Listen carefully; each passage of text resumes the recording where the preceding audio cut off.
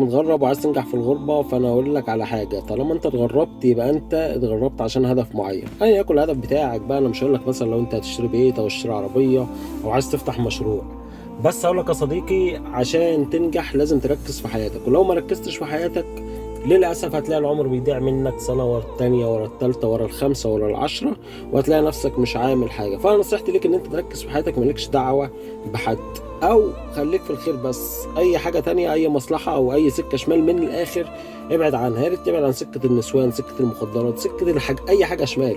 وعامة مش في الغربة بس، في حياتك كلها يعني. ابعد عن أي سكة شمال في حياتك كلها عشان ربنا يكرمك ويوفقك. وزي ما أنت عارف، طالما أنت سافرت واتغربت زي ما احنا ما قلنا كده، يبقى في هدف في حياتك. ركز وخليك ورا حلمك، ركز في هدفك وخليك ورا حلمك عشان ربنا يكرمك وتعرف تعمل حاجة عشان تحقق الهدف بتاعك، عشان تنزل تقعد وسط عيالك وما تطولش، لان الغربة هتسرقك سنة في التانية في التالتة وهتلاقي نفسك مش قادر مصلحة.